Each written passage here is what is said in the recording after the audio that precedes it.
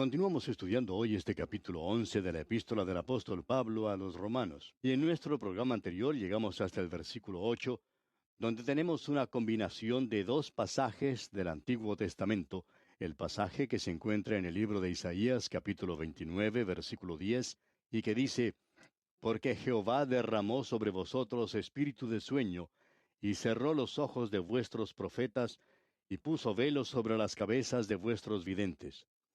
Y el pasaje que se encuentra en el libro de Deuteronomio capítulo 29, versículos 3 y 4, donde dice, Las grandes pruebas que vieron vuestros ojos, las señales y las grandes maravillas. Pero hasta hoy Jehová no os ha dado corazón para entender, ni ojos para ver, ni oídos para oír. Y dijimos en primer lugar que esto revela cómo el Espíritu Santo usa sus propias palabras. Son tratadas como una unidad, y Pablo las adapta para una nueva situación. Este es un gran axioma que fue cierto en los tiempos de Moisés y también en los tiempos de Pablo.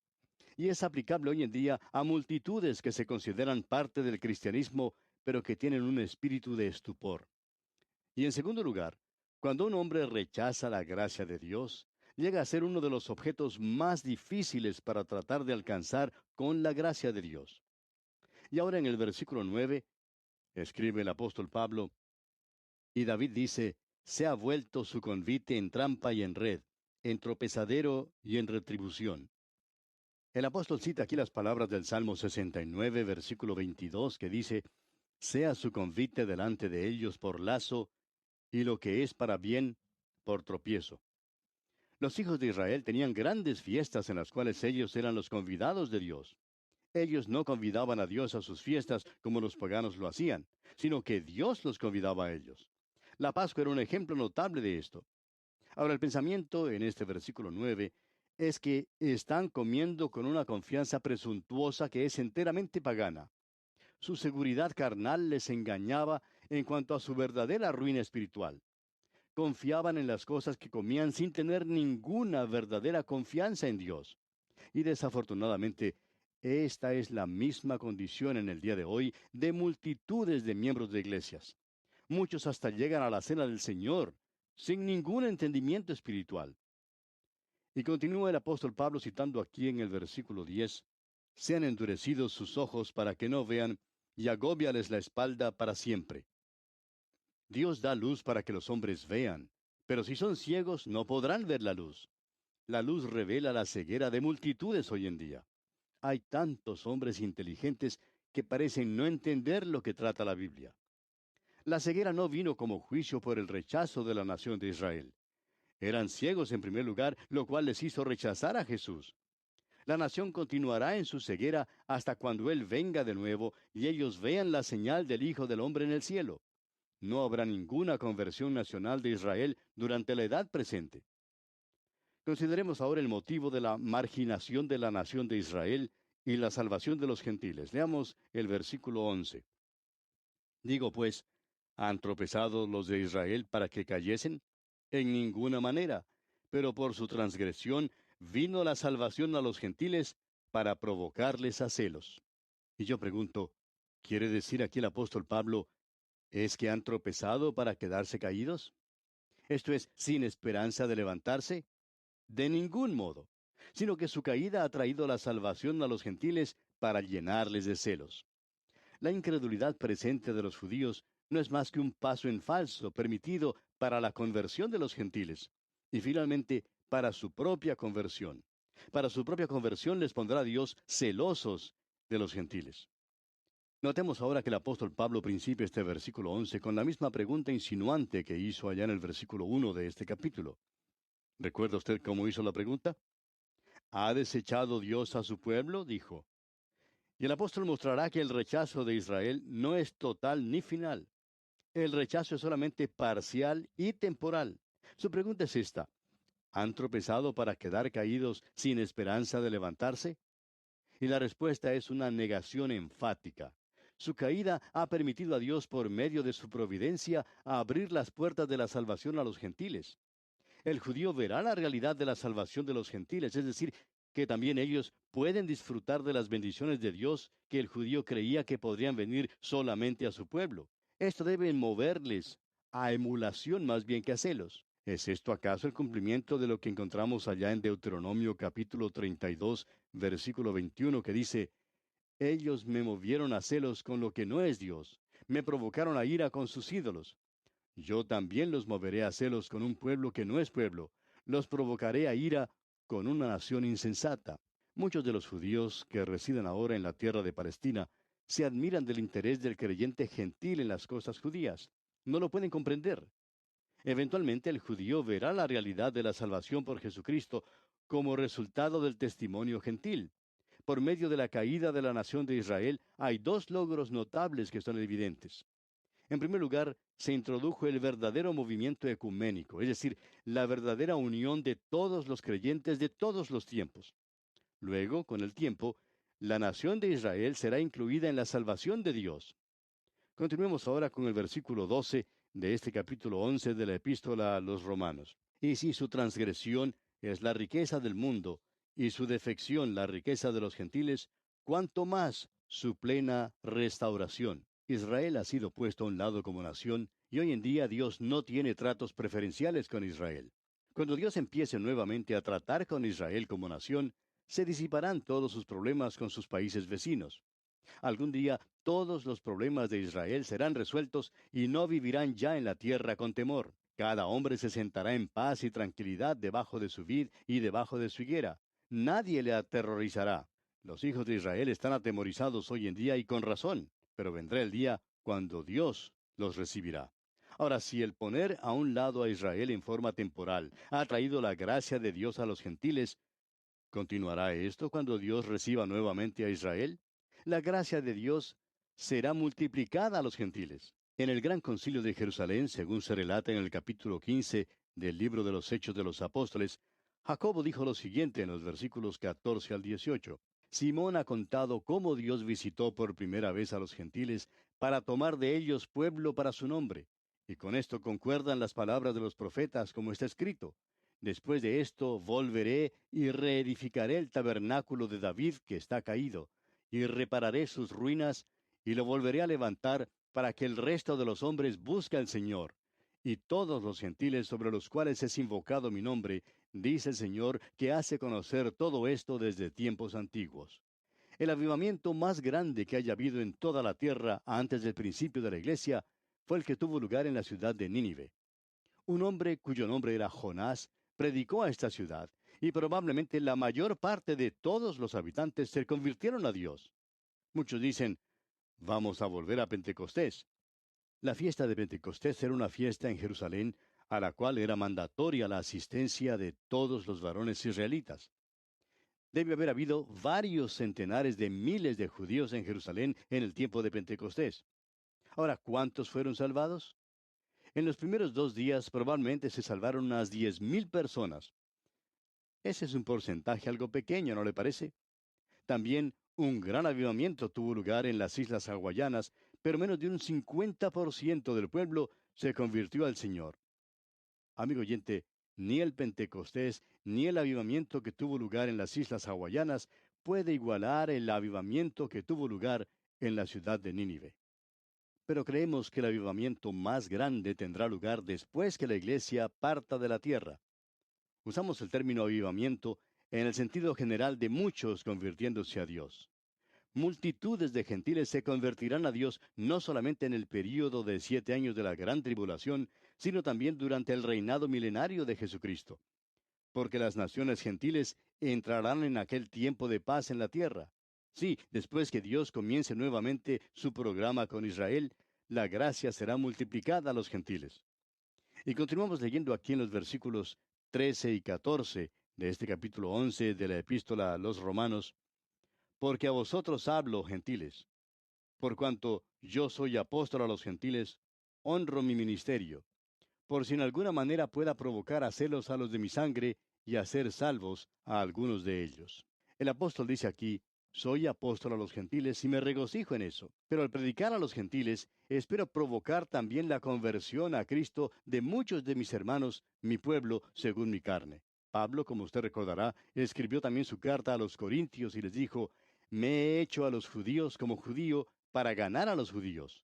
A los que están sujetos a la ley, aunque yo no esté sujeto a la ley, como sujeto a la ley, para ganar a los que están sujetos a la ley. Pablo fue a Jerusalén, se rapó la cabeza y cumplió el voto que había hecho para poder ganar a algunos de sus hermanos para Cristo. Ahora, debió haberlo hecho siendo que vivía bajo la gracia. El vivir bajo la gracia, amigo oyente, significa que muy bien lo podía hacer si quería hacerlo.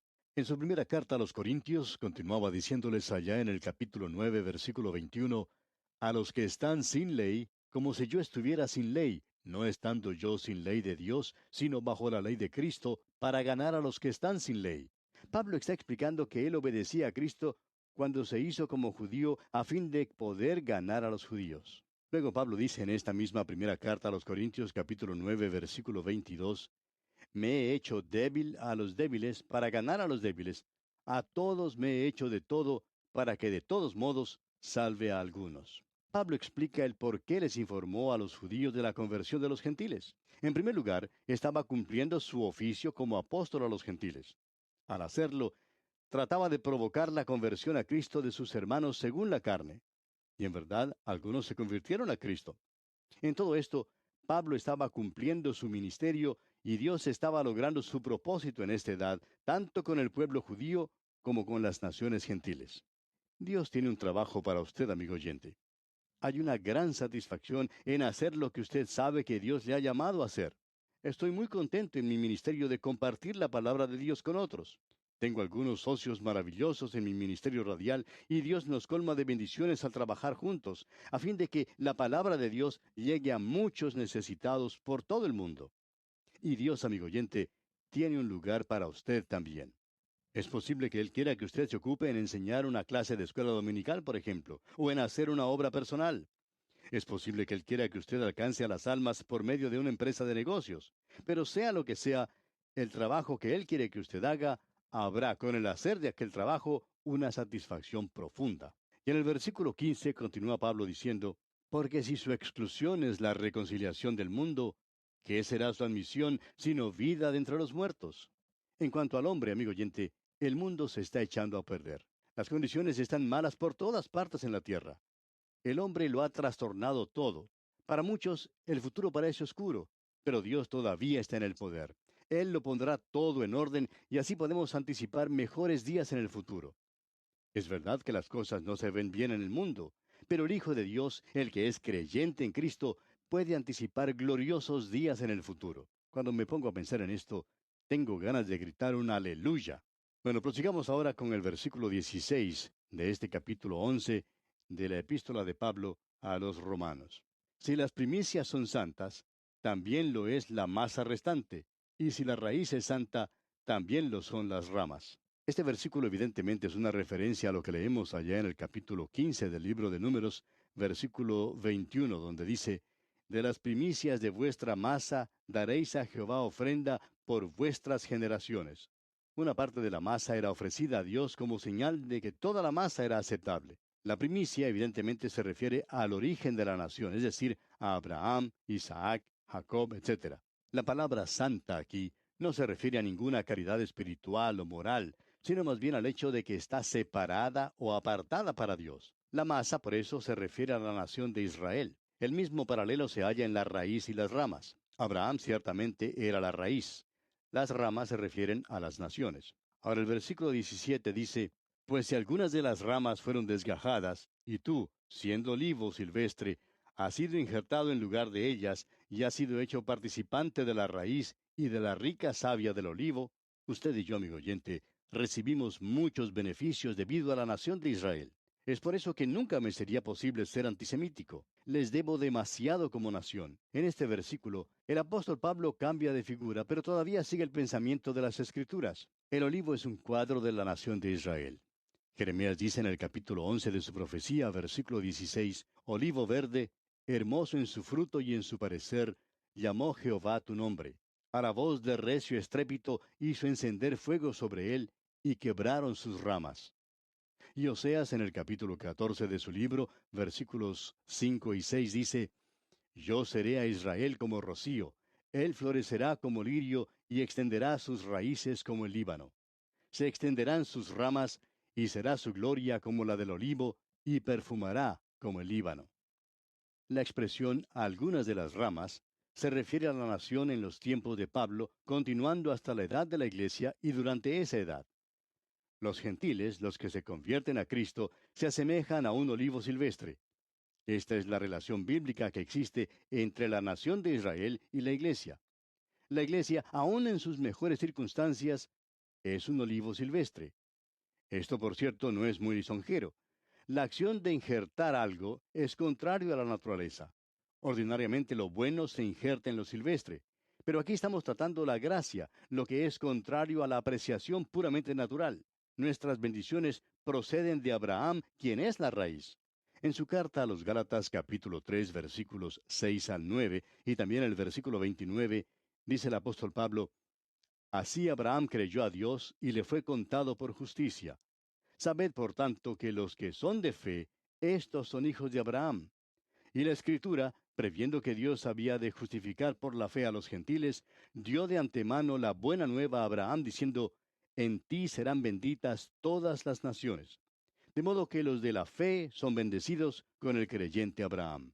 Y luego en el versículo 29 dice, Y si vosotros sois de Cristo, ciertamente linaje de Abraham sois y herederos según la promesa. Volviendo ahora a este capítulo 11 de la epístola a los Romanos, el apóstol continúa su pensamiento en los versículos 18 y 19. Pero leamos una vez más el versículo 17 también. Pues si algunas de las ramas fueron desgajadas, y tú, siendo olivo silvestre, has sido injertado en lugar de ellas, y has sido hecho participante de la raíz y de la rica savia del olivo, no te jactes contra las ramas, y si te jactas, sabe que no sustentas tú a la raíz, sino la raíz a ti. Pues las ramas, dirás, fueron desgajadas para que yo fuese injertado. Amigo oyente, no tenemos ningún derecho de ser antisemíticos. No tenemos ninguna razón para ello. No tenemos derecho de jactarnos de nada. Pablo amonesta a los gentiles que no se jacten de las ramas que fueron desgajadas. Estas hicieron que Pablo sufriera mucha angustia. Él se preocupó por estas ramas, aunque reconoció que Dios tenía un propósito en todo esto. Ahora, Abraham es la raíz. Y vamos a recordar esto. El cristianismo parece que se ha olvidado de esto. La persecución de los judíos durante los siglos intermedios es un triste testimonio de esto. El antisemitismo del día de hoy se ha olvidado también. Es verdad, como Pablo lo ha declarado, que las ramas fueron desgajadas para que el olivo silvestre fuera injertado. También es verdad que el olivo es Israel y que el olivo silvestre es la iglesia. Necesitamos pues recordar todo esto en conjunto. Y ahora, en el versículo 20 leemos, Bien, por su incredulidad fueron desgajadas, pero tú por la fe estás en pie. No te ensoberbezcas, sino teme. La palabra bien, aquí, quiere decir que Pablo admite la declaración precedente, pero niega la premisa sobre la cual fue hecha. Admite que Israel fue desgajada debido a su incredulidad y rebelión y establece que es sólo por la gracia de Dios que la iglesia está en pie. Hermano que nos escucha, usted no está en pie delante de Dios por razón de algún mérito o por su carácter moral o por el hecho de ser miembro de una iglesia. Usted está en pie únicamente por su fe en Jesucristo. Cuando un gentil no confía en Dios, no es de ninguna manera diferente a un judío incrédulo. Hay por eso una base para temer, no sea que caiga. Esta es una amonestación para todo el cristianismo. En cuanto a esto, dice el escritor de la carta a los Hebreos, en el capítulo 3 de esa carta, versículos 7 al 12, por lo cual, como dice el Espíritu Santo, si oyereis hoy su voz, no endurezcáis vuestros corazones como en la provocación, en el día de la tentación en el desierto, donde me tentaron vuestros padres, me probaron y vieron mis obras 40 años. A causa de lo cual me disgusté contra esa generación y dije, siempre andan vagando en su corazón y no han conocido mis caminos. Por tanto, juré en mi ira, no entrarán en mi reposo. Mirad, hermanos, que no haya en ninguno de vosotros corazón malo de incredulidad para apartarse del Dios vivo. Y pasando ahora al versículo 19, leemos, y vemos que no pudieron entrar a causa de incredulidad. Y luego sigue el mandato en el primer versículo del capítulo 4 de esta misma epístola a los Hebreos, donde dice, Temamos, pues, no sea que permaneciendo aún la promesa de entrar en su reposo, alguno de vosotros parezca no haberlo alcanzado. Volviendo ahora al capítulo 11 de la epístola a los Romanos que estamos estudiando, Leemos en el versículo 21, porque si Dios no perdonó a las ramas naturales, a ti tampoco te perdonará. ¿Quiere usted saber, amigo oyente, lo que le pasará a la iglesia organizada? O sea, esa iglesia que tiene todas las apariencias de una iglesia, pero sin vida espiritual porque no tiene ninguna relación con Cristo. ¿Quiere usted saber lo que le pasará a esa iglesia después que venga Jesucristo a buscar a los suyos? La iglesia de la Odisea, que caracteriza a esa clase de iglesia organizada, entrará en la gran tribulación sin tener ni un miembro salvado en ella. Como solía decir un predicador, algunas iglesias se abrirán el domingo por la mañana después del rapto y no echarán de menos a ninguno de sus miembros. Esto es lo que le pasará a la iglesia de la Odisea. Ahora, la iglesia de Filadelfia, el Señor dice, como lo vemos allá en el capítulo 3 de Apocalipsis, versículo 10, por cuanto has guardado la palabra de mi paciencia, yo también te guardaré de la hora de la prueba que ha de venir sobre el mundo entero, para probar a los que moran sobre la tierra. Ahora, la expresión la hora de prueba aquí es la gran tribulación, y el Señor prometió guardar a esta iglesia de ese tiempo terrible. Yo, amigo oyente, pertenezco a esta iglesia. Es la iglesia que llamamos invisible y que es integrada por todos los verdaderos creyentes en Cristo, los cuales confían en Jesucristo como su Salvador y creen que la palabra de Dios debe ser oída por toda persona en la faz de la tierra. Este cuerpo de creyentes será quitado de la tierra en el rapto de la iglesia por Jesucristo y no pasará por la gran tribulación. Amigo oyente, ¿pertenece usted a esta iglesia? Y aquí vamos a detenernos por hoy porque nuestro tiempo ya ha tocado a su fin. Continuaremos Dios mediante en nuestro próximo programa. Será pues hasta entonces que las bendiciones del Señor sean su fiel compañía, ahora y siempre.